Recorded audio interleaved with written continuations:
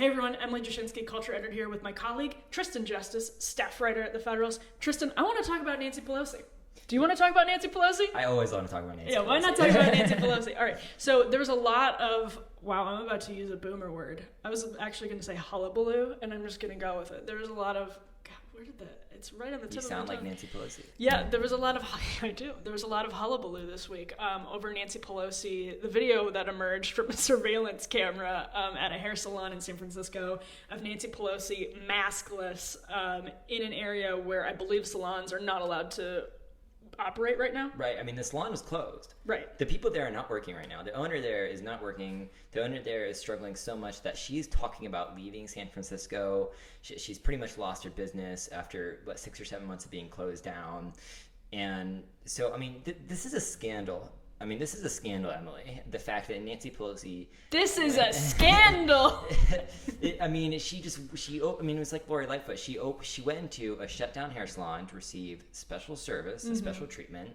And she also didn't wear a mask. And the security footage, it shows it's Nancy Pelosi. She's got wet hair and she's all dolled up and she has no mask on. Yeah. Which San Francisco guidelines, and San Francisco is under a mask mandate. You cannot be in a business and receive service if you're not wearing a mask. So this is what I want to get to, because the left claimed this was sort of another Republican distraction, political playbook, hilariously. I mean, I don't know what Nancy Pelosi is paying them to do her PR work, but it's not enough. Playbook hilariously claimed that this was, or that they at least argued or gestured to the idea that this is just another sign that Republicans use Nancy Pelosi as red meat to the base. They just can't get over Pelosi. And it's kind of like a fake scandal, much ado about nothing. But Nancy Pelosi is claiming this was a setup. She's claiming the owner of the hair salon is, against all of the shutdown regulations, and she set Nancy Pelosi up, released the surveillance footage to mess with her and make her look bad. Let's set aside the fact that that's conspiratorial, and just let's say that happened. Let's say that's exactly what happened. Nancy Pelosi, this is still a scandal for you because you're in your own district, not following the rules that everybody else there has to follow, and that are a burden on everybody else who lives in your district, claiming that you don't know the rules that your own constituents are having to live by day in and day out.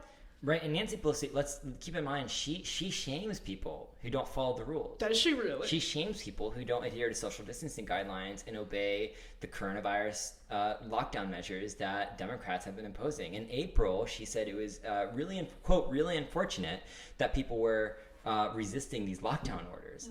And so, look, I'm not necessarily mad that she didn't wear a mask. I don't imagine you are either. I'm upset that she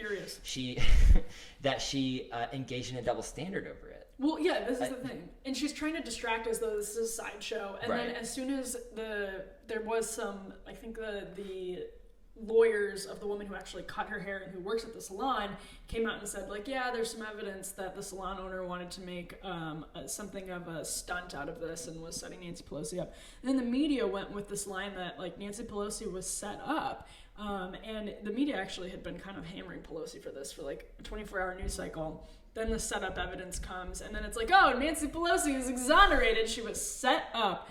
When in fact, none of that excuses the point that she was knowingly breaking the rules that all of her constituents have had to adhere to.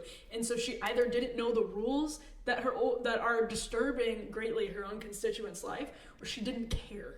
I think it's the latter. Because, she definitely knows the rules. She gets mad at people who don't follow these rules. Let's keep in mind. But even worse, look, this was such a huge story. This was the top performing story on Facebook for a number of hours because people across the country are outraged by this. This struck a nerve, Emily, because as you said, a lot of legacy media types are saying this was a setup. But like you said, even if it was, she broke the rules. Yeah, it could have been a setup. But people across the country are losing their businesses. are losing their jobs, are losing their homes. This pandemic has thrown a wrench in the economy, and it's destroying people's lives. But Emily, by mid-May, more than 100,000 businesses had already gone permanently under due to these lockdowns. Right. And it's directly because of the lockdowns. Yeah. The research says it. So while Nancy Pelosi is over here shaming people who are resisting these lockdown orders and then getting special treatment herself while people are struggling across the country, that makes this such a huge scandal. Yeah, and I look to Playbook, which runs the best possible spin on what Nancy Pelosi is doing every day, as just an interesting example, because they tied when Nancy Pelosi, towards the beginning of the lockdown and the pandemic, was, I think it was on Colbert's show, in this Tony Mansion eating ridiculously expensive ice cream as sort of like a little jokey late night segment. And at the time, that was a scandal because people were being laid off en masse with no other employment opportunities. And she was laughing on camera with this ridiculously expensive ice cream and a little sweater tied around her neck like she was Scott Disick. She was Marie Antoinette. Exactly. And so I think, at some point, the media needs to recognize that it's not just, this is not, conservatives don't latch on to Nancy Pelosi's blunders because they just are sexist and hate Nancy Pelosi. They latch on to Nancy Pelosi's blunders because she's actually insensitive. Oh, she's tone deaf. Yeah. Insensitive and tone deaf are exactly the way to describe it. And the fridge, by the way, was thousands. That was thousands of dollars. It was insane. Fridge. It was just tone deaf, and she was eating the ice cream, by the way, while Congress was in the middle of coronavirus negotiations. Yeah.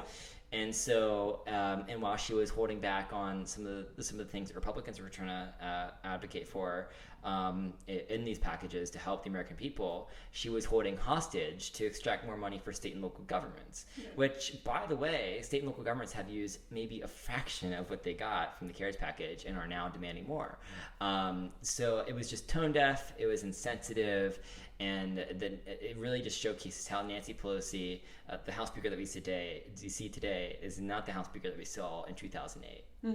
Interesting. Tristan, thank you so much. Thank you for having me.